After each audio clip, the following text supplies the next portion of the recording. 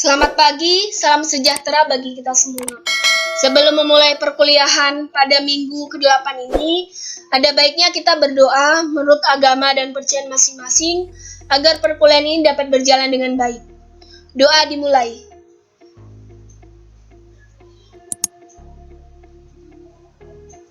Doa selesai. Baiklah, untuk memulai teori nirmana ini, pada minggu ke-8 ini akan digunakan materinya untuk 2 kelas. Pada tanggal 27 Oktober 2020, ini untuk kelas multimedia 1A. Kemudian pada tanggal 28 Oktober 2020, ini untuk multimedia kelas 1B ya.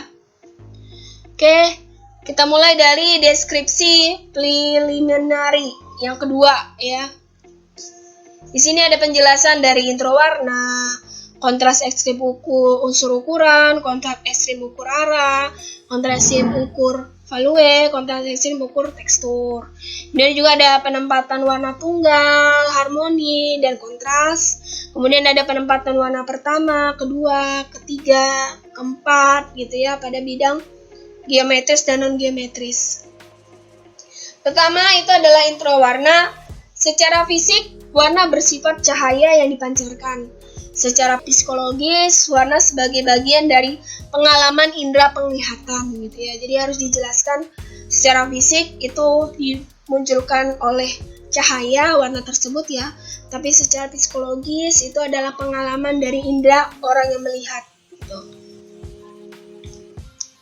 Secara fisik, warna dimanfaatkan pada sinar X untuk ronsen, sinar inframerah untuk penyinaran fotografi di situasi gelap, kemudian message atau pijat, kemudian remote control elektronik misalnya dan lain-lain gitu ya. Jadi untuk secara fisiknya ini ada pada beberapa hal ini. Secara psikologis itu penampilan warna ada di dalam hue, value, dan chroma gitu ya. Kemudian jenis-jenis warna itu dapat dibagi menjadi, ini harus dipahamin oleh mahasiswa multimedia. Jenis warna itu hanya ada 2, warna adiktif dan warna subtraktif. Itu poin utama bagi seorang mahasiswa ataupun yang berkecimpung dalam desain di bidang multimedia. Itu 2 warna itu hanya ada warna adiktif sama warna subtraktif. Untuk warna adiktif sendiri itu adalah warna-warna yang berasal dari cahaya. Jadi biasanya kalau di komputer itu dikenal dengan red, green, blue. Kemudian untuk yang subtraktif itu warna itu berasal dari pigmen. Jadi pigmen itu kalau di komputernya itu cyan, magenta, sama yellow gitu ya pembagiannya. Oke, ini salah satu contoh yang saya ambil dari internet untuk warna adiktif dan subtraktif tadi ya. Kebanyakan yang seperti ini dia warna ya. Oke,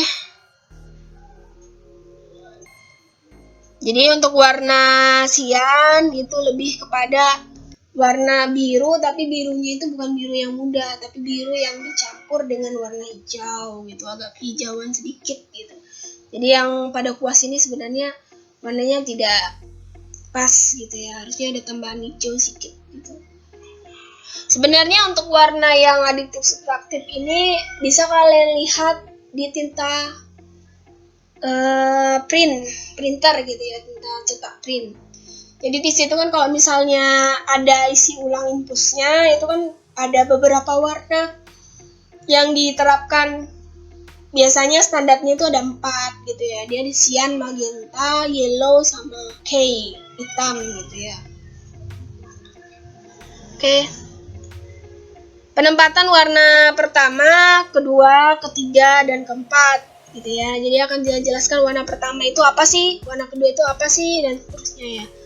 Jadi warna pertama itu adalah warna yang tidak dapat dibentuk dari warna lain dan digunakan sebagai bahan pokok percampuran untuk memperoleh warna-warna yang lain. Itu warna primer sebenarnya ya. Kemudian untuk warna yang campuran sekunder, ini sebenarnya adalah percampuran 2 warna primer yang masuk ke warna sekunder, seperti ini ya. Kemudian ada warna intermediate ataupun warna perantara. Jadi warnanya itu di antara si warna primer dan warna sekunder. Warna-warnanya seperti ini. Ini secara teoritis dari warna-warna. Jadi saya harapkan kalian dapat menguasai teoritisnya biar tidak kesulitan ketika ingin memvisualisasikan warna di visualisasi kalian dalam hal digital ataupun manual gitu ya. Kemudian ada warna yang ketiga, itu warna tersier. Itu adalah warna percampuran dua warna sekunder. Warna-warnanya seperti ini. Oke. Kemudian untuk percampuran warna keempat atau quarter itu adalah warna percampuran dari ketiga warna tersier ini. Contohnya seperti ini gitu. Warna-warna tersebut itu sebenarnya untuk dapat mengetahui warna tersebut harus sering melihat warna-warna yang dicampurkan. Pemahaman terhadap pengalaman itu adalah guru yang terbaik dari semua guru. Jadi sering-seringlah, seperti yang saya sampaikan, sering-seringlah kalian untuk melihat ataupun observasi visual gitu. Karena visualisasi di internet ada mungkin banyak, tapi tidak semuanya benar. Jadi ketika kalian ingin memahami misalnya tentang warna, kalian itu harus mencari referensi yang paling banyak kebenarannya gitu. Jangan hanya mencari satu atau dua udah yakin itu benar. Itu sama halnya dengan kayak informasi hoax. Jadi informasi hoax kan cuma hanya sekali atau dua kali disampaikan. Tapi informasi yang benar-benar ilmiah itu harus dicari dari beberapa sumber. Jadi banyak sekali sumber, banyak sekali teori dari ilmuwan-ilmuwan, ditarik semua itu, teorinya itu menjadi satu kesatuan, baru dapat informasi itu, maka informasi yang benar. Jadi saya minta mempelajarinya jangan hanya dari satu dua informasi, tapi dari beberapa informasi dicari. Ketika itu sama, berarti itu informasi yang benar. Tapi ketika itu mungkin satu yang sama, satu enggak, dan lain-lain gitu-gitu, itu mungkin informasi yang tidak tepat gitu ya. Sebenarnya kalau untuk mengeksekusi warna tersebut itu harus benar-benar dirasain, benar-benar ini kira-kira ada warna ini enggak, warna ini enggak. Karena yang saya sampaikan teori ini itu saya ambil dari beberapa buku yang sinkronnya sudah sama gitu. Jadi enggak salah-salahan untuk mencari gitu ya.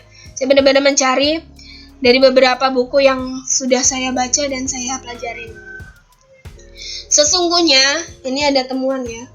Ungu dan violet itu adalah dua warna yang berbeda. Ungu adalah percampuran merah dan biru, cenderung kemerahan. Sedangkan violet itu adalah percampuran memang merah dan biru, tapi lebih cenderung kebiruan gitu ya. Jadi yang untuk ungu itu lebih cenderung warnanya lebih merah. Kemudian kalau violet itu cenderung warnanya lebih biru. Kebanyakan orang berpikir ungu ataupun violet itu sama, padahal memiliki takaran intensitas warna yang berbeda gitu ya. Kemudian ini ada penempatan dari warna-warna tunggal, harmoni, ataupun kontras gitu ya. Jadi warna tunggal atau sering sekali dipelajari menjadi warna monokromatik itu adalah suatu percampuran visual dengan satu warna. Warna tunggal itu menghasilkan gambar yang monoton, sederhana, terang, sedikit menjemukan dan sebagainya. Jadi untuk warna monokromatik memang sengaja dipilih satu warna.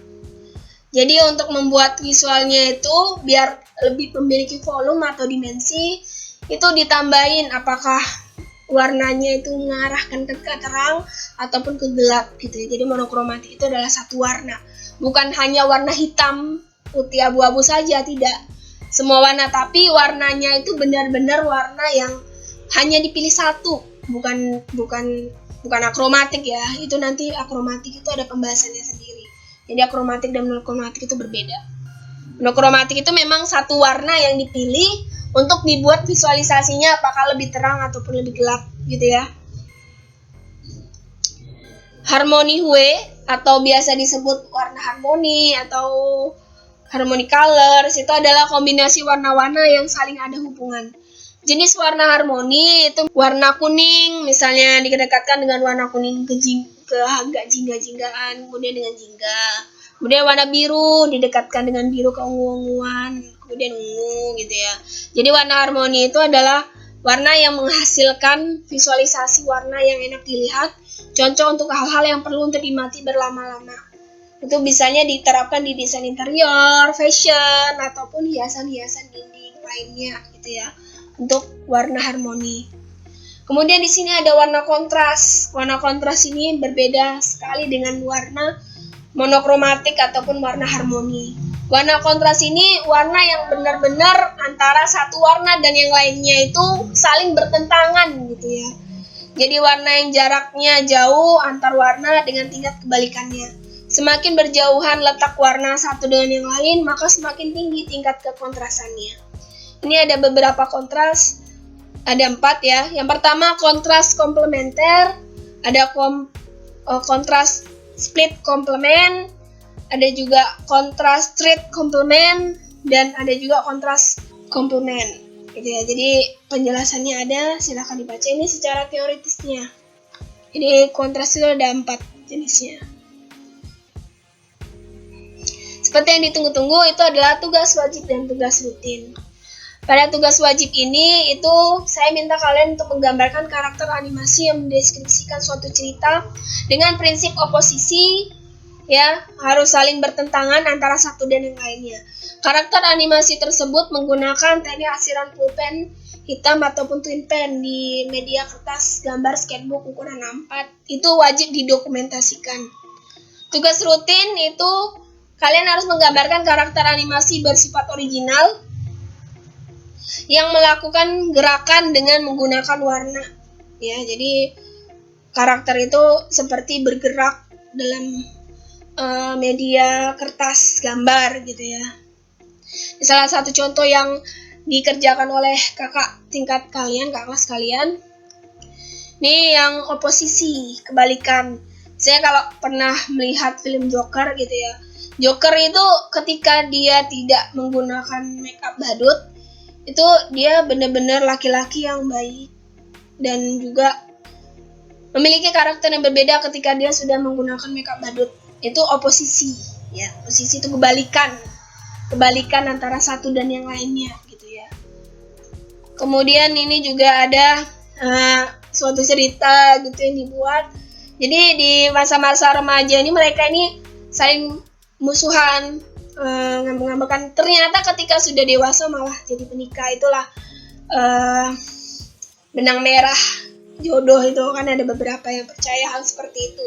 Jadi di masa-masa masih remaja musuh-musuhan, tapi ketika sudah remaja itu malah menikah. Itu oposisi ya tadi ya. Oke, selanjutnya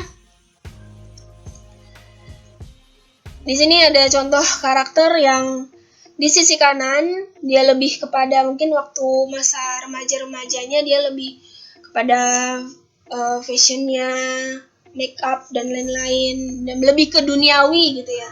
Sedangkan yang ketika dia sudah mulai menua gitu ya dan sudah berubah insaf gitulah ibarat kata, dia lebih religi gitu. Jadi itu karakter dari oposisi yang menggambarkan gitu ya. Oke, ini untuk yang tugas wajib. Kemudian pada tugas rutin, ini karakter animasi yang bergerak. Misalnya ini dia sedang berlari, ya, dibuat visualisasi yang sedang berlari dia. Visualnya itu harus sesuai dengan proporsinya. Kalian boleh mencontoh dari gambar yang lain, hanya saja diinovasikan, dibuat lebih memiliki karakter gaya kalian. Jangan sama dengan di internet. Saya ingatkan lagi, ketika kalian buat sama dengan internet, mungkin aja teman yang lain, teman sekelas kalian yang lain itu membuat hal yang sama, itu otomatis saya anggap sebagai plagiatisme, ya. Dan di sini ada karakter animasi yang seperti sedang memainkan gitar gitu ya, seperti bergerak memainkan gitar gitu. Kemudian yang terakhir ini ya seperti berada di bulan mungkin ya, seorang astronot yang menancapkan bendera Indonesia. Bendera itu seperti kena kibaran angin. Saya nggak tahu apakah di bulan memang ada angin atau enggak. Saya juga kurang sedikit paham, atau mungkin karena gravitasinya dan sebagainya itu ya. Dan seperti itu. Jadi karakter dari animasi yang bergerak. Mungkin ini saja yang ingin saya sampaikan pada minggu ke-8 pada mata kuliah Nirmana ini. Kita akan bertemu lagi ke minggu ke-9 ya, minggu depan. Jika ada pertanyaan terhadap materi, silahkan disampaikan di grup. Saya akhiri perkuliahan dengan Assalamualaikum warahmatullahi wabarakatuh.